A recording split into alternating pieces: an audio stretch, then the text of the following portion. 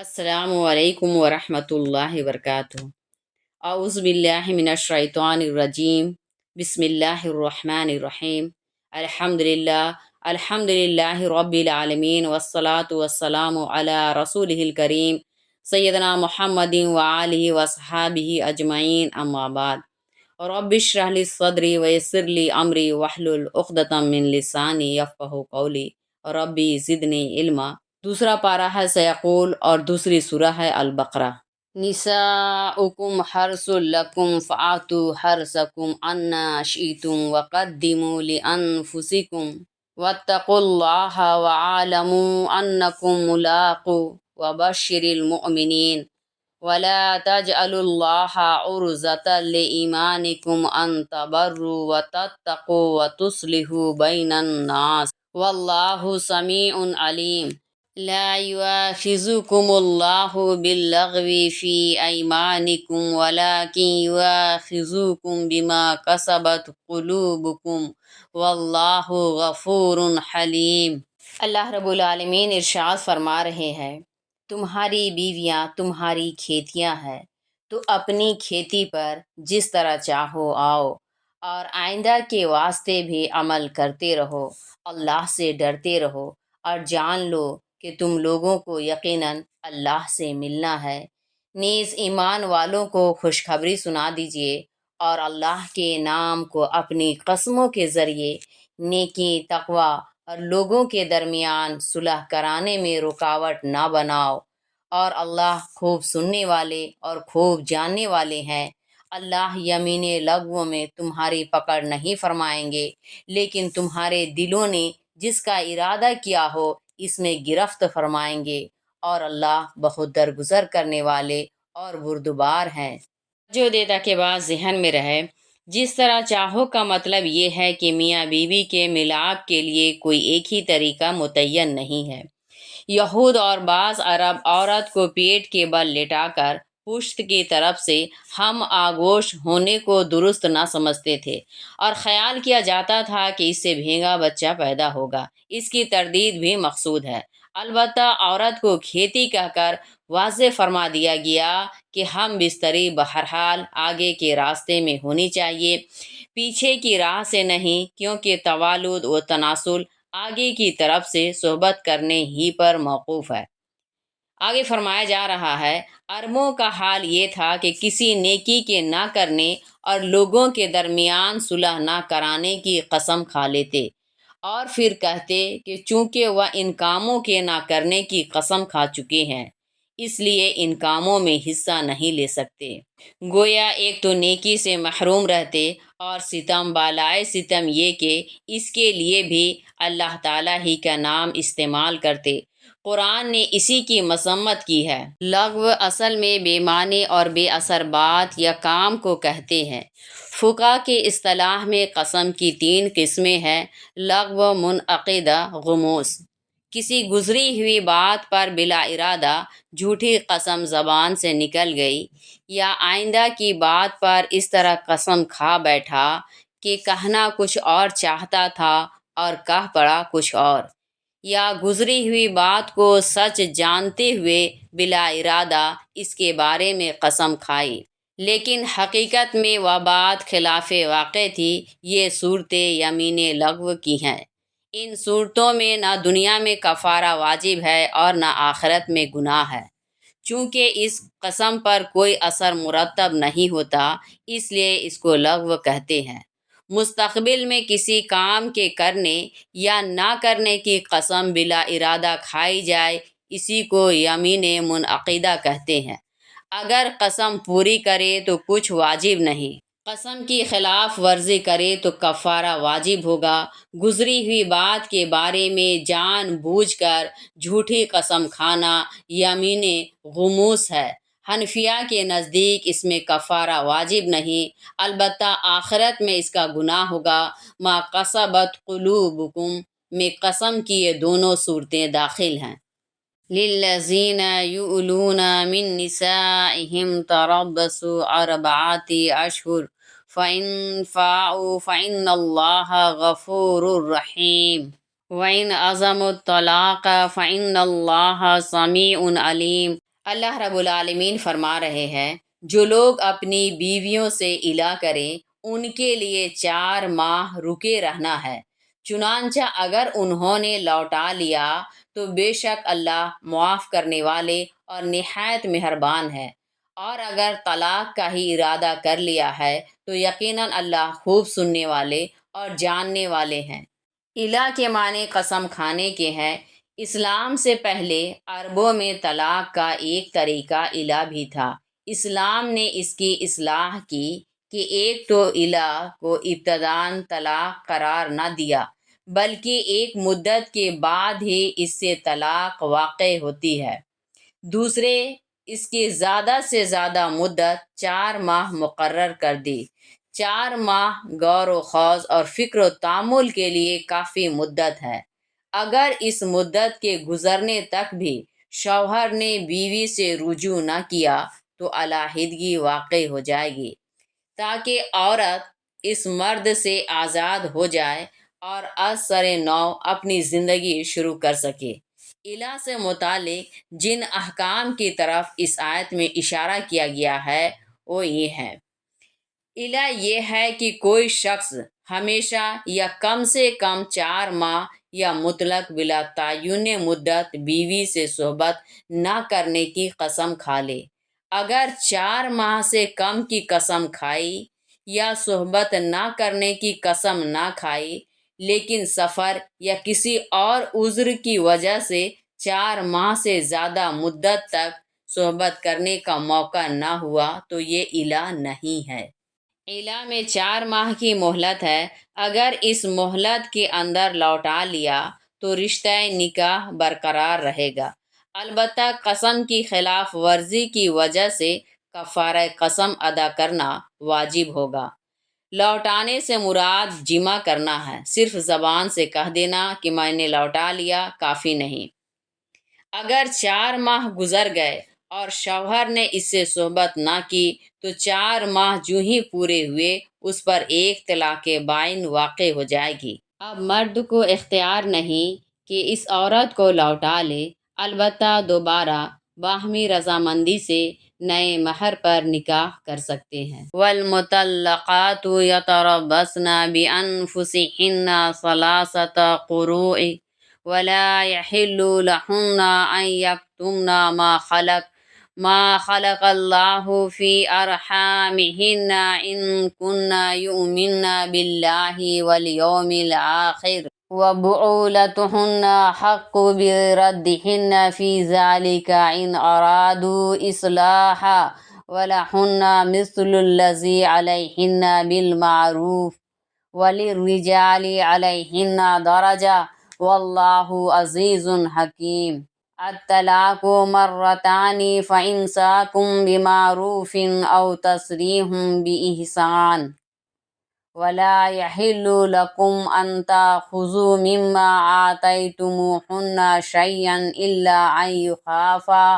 إلا أن يخافا ألا يقيما حدود الله فإن خفتم ألا يقيما حدود الله فلا جناح عليهما فيما افتدت به تلك حدود الله فلا تعتدوها ومن يتعدى حدود الله فأولئك هم الظالمون۔ اللہ رب العالمین فرما رہے ہیں، اور جن عورتوں کو طلاق دے دی گئی ہے وہ 3 حیض تک دوسرے نکاح سے رکی رہیں، اور اگر وہ اللہ اور آخرت پر ایمان رکھتی ہوں تو ان کے لیے روا نہیں کہ اللہ نے ان کے رحم میں جو پیدا کیا ہے وہ اسے چھپائے، نیز اس مدت میں ان کے شوہر ان کو لوٹانے کے زیادہ حقدار ہیں، بشرطے کہ اصلاح مقصود ہو۔ اور جیسے عورتوں پر مردوں کے حقوق ہیں ایسے ہی مردوں پر عورتوں کے حقوق بھی ہیں۔ ہاں البتہ مردوں کو عورتوں پر 1 گنا فضیلت حاصل ہے، اور اللہ غالب اور حکمت والے ہیں۔ یہ طلاق دوبارہ تک ہے، اس کے بعد یا تو بھلے طریقے پر روک رکھنا یا اچھے سلوک کے ساتھ چھوڑ دینا، اور جو کچھ تم بیویوں کو دے چکے ہو تمہارے لیے اس میں سے کچھ بھی واپس لے لینا درست نہیں۔ سوائے اس کے کہ تم دونوں کو اندیشہ ہو کہ اللہ کی مقرر کی ہوئی حدوں کو قائم نہ رکھ سکو گے۔ اگر تم کو اندیشہ ہو کہ میاں بیوی اللہ کی حدوں کو قائم نہ رکھ سکیں گے، پھر عورت اپنی رہائی کے لیے کچھ دے دے تو زوجین پر اس طرح معاملہ طے کرنے میں کچھ مذائقہ نہیں۔ یہ اللہ کی قائم کی ہوئی حدیں ہیں، ان سے تجاویز نہ کرنا، اور جو لوگ اللہ کی مقرر کی ہوئی حدوں سے تجاویز کر جاتے ہیں وہی ظالم ہیں۔ اس فقرے میں 4 احکام دیے گئے ہیں۔ اول یہ کہ طلاق کے بعد عدت واجب ہے، جو 3 حیض ہے۔ عدت کا مقصد نسب کی حفاظت ہے۔ البتہ یہ 3 حیض ایسی جو ان عورتوں کی عدت ہے جو حاملہ نہ ہو۔ حاملہ عورتوں کی عدت بچہ پیدا ہونے تک ہے، اور نابالغ اور سن رسیدہ خواتین کی 3 ماہ۔ دوسرے، عدت کے درمیان عورت کے لیے ضروری ہے کہ وہ دوسرے نکاح سے باز رہے۔ تیسرے، اگر طلاق کے وقت عورت حاملہ رہی ہو تو عورت کو اس کا اظہار کر دینا چاہیے اور اپنی کیفیت کو چھپانا نہ چاہیے۔ چوتھے، اگر عورت کو طلاق رجعی دی گئی ہو تو عدت کے درمیان شوہر ایک طرفہ طور پر رجعت کرنے اور بیوی کو لوٹانے کا حق رکھتا ہے، لیکن شوہر پر واجب ہے کہ واقعی بہتر سلوک کے ساتھ رکھنے کا ارادہ ہے تو بیوی کو لوٹائے، ورنہ رجعت نہ کرے، تاکہ عدت گزرنے کے ساتھ ہی عورت بائنہ ہو جائے۔ محض تکلیف پہنچانے کی غرض سے بیوی کو لوٹانا سخت گناہ ہے۔ یعنی عام انسانی حقوق میں شوہر و بیوی دونوں برابر ہیں، جیسے جان و مال، عزت و آبرو کا تحفظ، عزت و احترام، ایک دوسرے کے جذبات کا لحاظ وغیرہ۔ البتہ شوہر و بیوی کے کچھ مخصوص حقوق ان کی ضروریات کے لحاظ سے رکھے گئے ہیں۔ ان حقوق میں مرد کی حیثیت صدر خاندان کی ہے، اور اس میں مرد کو ایک گنا فوقیت حاصل ہے۔ گویا مساوات بنیادی انسانی حقوق اور حقوق کی ادائیگی میں ہے، نہ کہ تمام امور میں، کیونکہ دونوں کی فطری صلاحیتیں اور فطری ضرورتیں ایک دوسرے سے مختلف ہیں۔ طلاق اچھی بات نہیں۔ رسول اللہ صلی اللہ علیہ وسلم نے اس کو تمام جائز چیزوں میں سب سے زیادہ ناپسند قرار دیا ہے، لیکن یہ ایک سماجی ضرورت بھی ہے۔ اگر زوجین میں ناچاکی اس درجہ تک پہنچ گئی کہ نباہ دشوار ہو جائے تو اب نکاح کو باقی رکھنا طرفین کے لیے ایک مصیبت ہے۔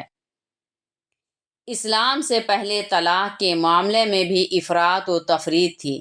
یہودی شریعت میں مرد جب چاہتا طلاق نامہ لکھ کر بیوی کے حوالے کر سکتا تھا، اور بیوی بھی اسی وقت دوسرا نکاح کر سکتی تھی، اور عیسائیوں کے یہاں طلاق بالکل ہی ممنوع تھی، اور عقد ثانی زنا۔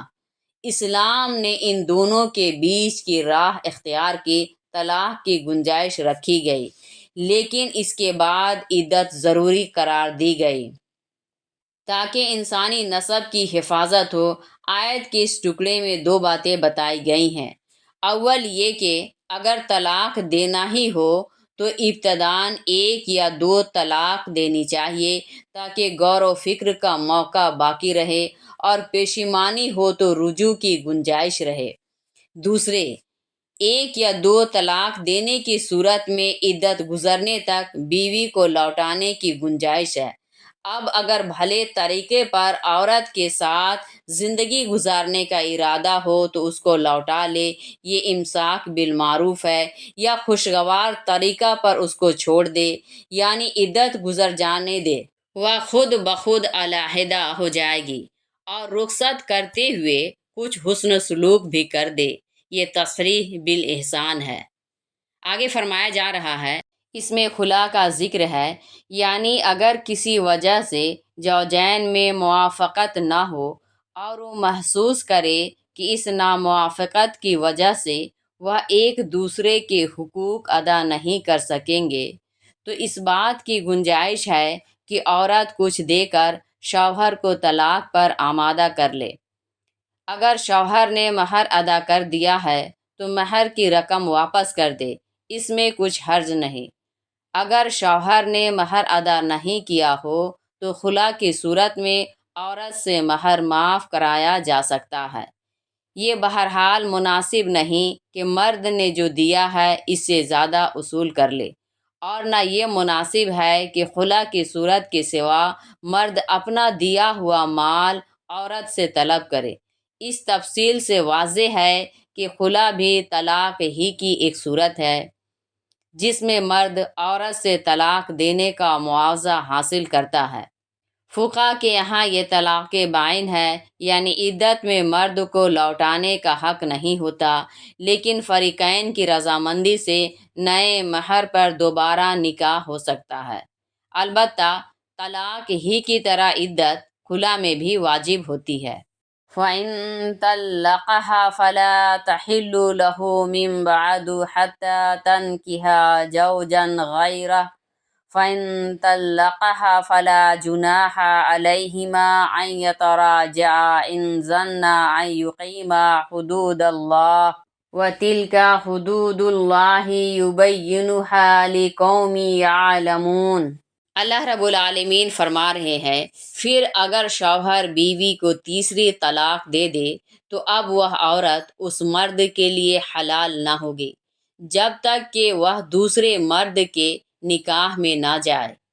پھر اگر دوسرے شوہر نے بھی اسے طلاق دے دی اور دونوں کو اعتماد ہو کہ وہ اب اللہ کی حدوں کو قائم رکھ سکیں گے تو باہم رجوع کر لینے یعنی نیا نکاح کرنے میں کچھ حرج نہیں، اور یہ اللہ کی مقرر کی ہوئی حدیں ہیں جن کو اللہ ان لوگوں کے لیے بیان کرتے ہیں جو سمجھدار ہیں۔ یعنی اگر شوہر 3 طلاقیں دے دے تو اب وہ عورت اس مرد پر مکمل طور پر حرام ہو گئی۔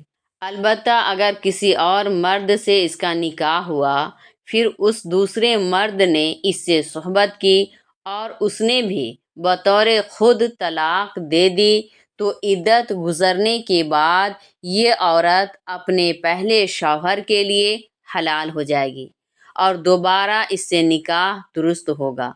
دوسرے مرد سے اس عورت کے نکاح کا ضروری ہونا تو اسی آیت سے ثابت ہے، اور دوسرے شوہر کا اس سے ہم بستر ہونا حضرت عائشہ رضی اللہ عنہا کی روایت میں مذکور ہے۔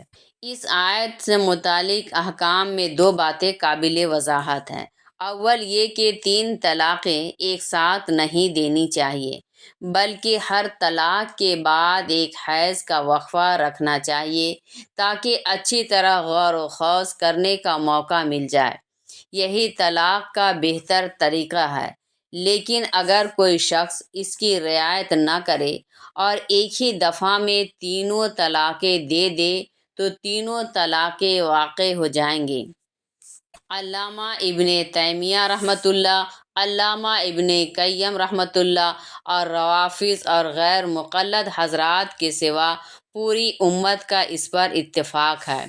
ان حضرات کے نزدیک ایک مجلس کی 3 طلاق ایک ہی طلاق تصور کی جائے گی۔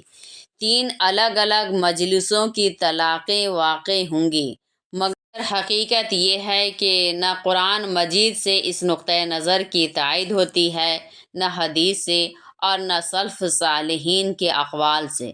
قرآن کی اس آیت الطلاق مرتان فَإِن طَلَّقَهَا سے ظاہر ہے کہ طلاق کی تعداد کا تعلق مجلس سے نہیں ہے کہ کتنی مجلسوں میں دی ہے، بلکہ اس بات سے ہے کہ کتنی بار طلاق دی ہے۔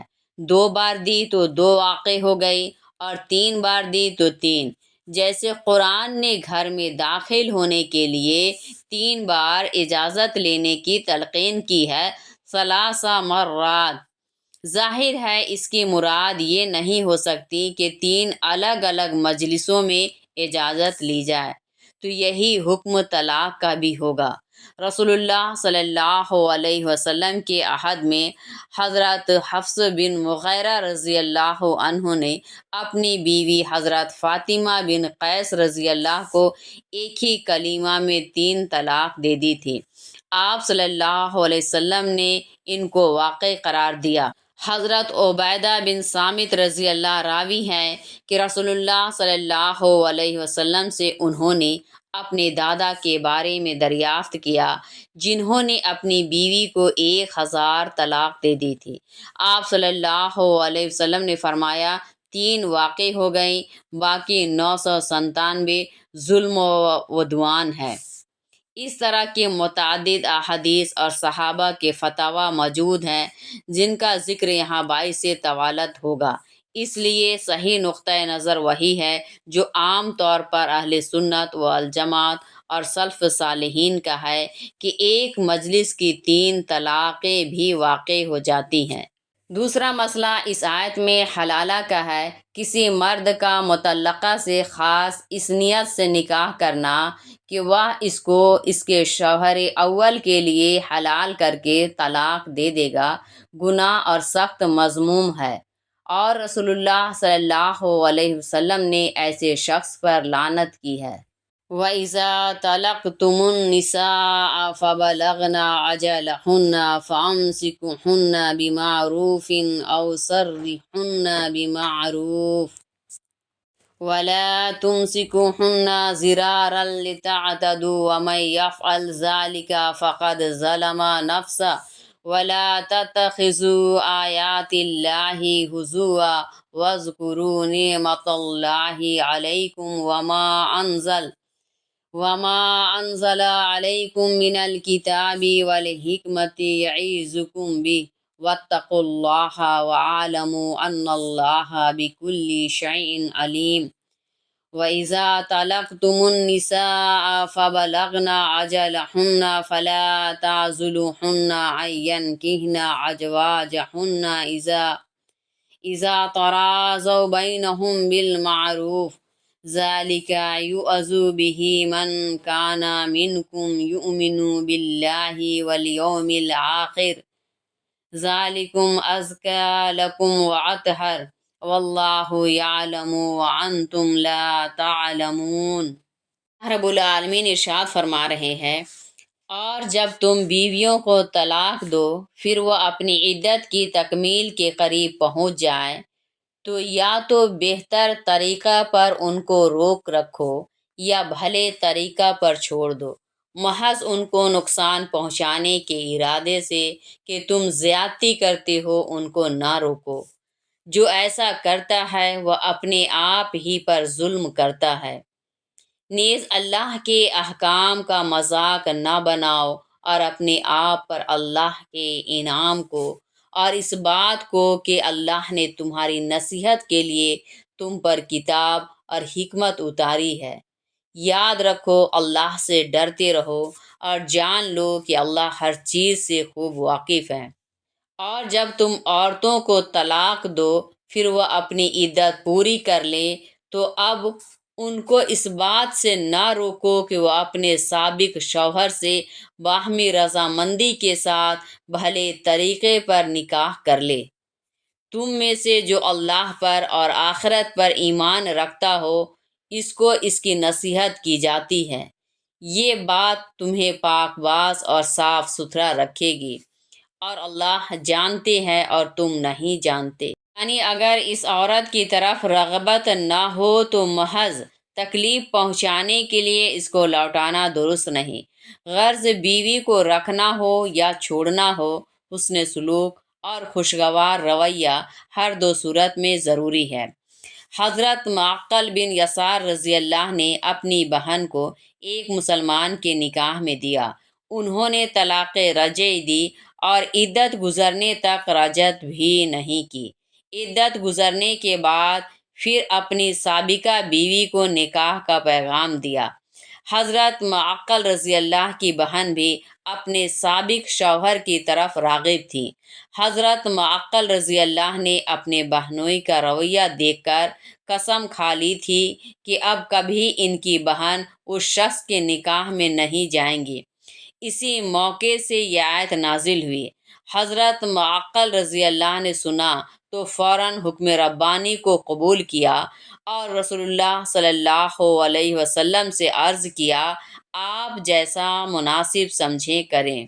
اس کے علاوہ عربوں کا ایک نامنصفانہ طریقہ یہ تھا کہ طلاق دینے کے بعد بھی مطلقہ عورتوں کو دوسرے مرد سے نکاح کی اجازت نہ دیتے تھے، اس میں رکاوٹ بنتے تھے اور اس کو اپنی غیرت کے خلاف تصور کرتے تھے۔ اس لیے مفسرین کے نزدیک اس آیت کے مخاطب مطلقہ خواتین کے اولیاء بھی ہیں اور ان کے سابق شوہر بھی، یعنی چونکہ جب وہ مرد عورت پہلے شوہر و بیوی رہ چکے ہیں، اس لیے باہم حجاب و تکلف نہیں اور وہ ایک دوسرے کی طرف راغب بھی ہیں، تو اب کردار و عمل کی طہارت اور پاکیزگی اسی میں ہے کہ پھر سے ازواج رشتہ میں بن جائے۔ اللہ رب العالمین ہم سب کو عمل کرنے کی توفیق عطا فرمائے۔ السلام علیکم ورحمۃ اللہ وبرکاتہ۔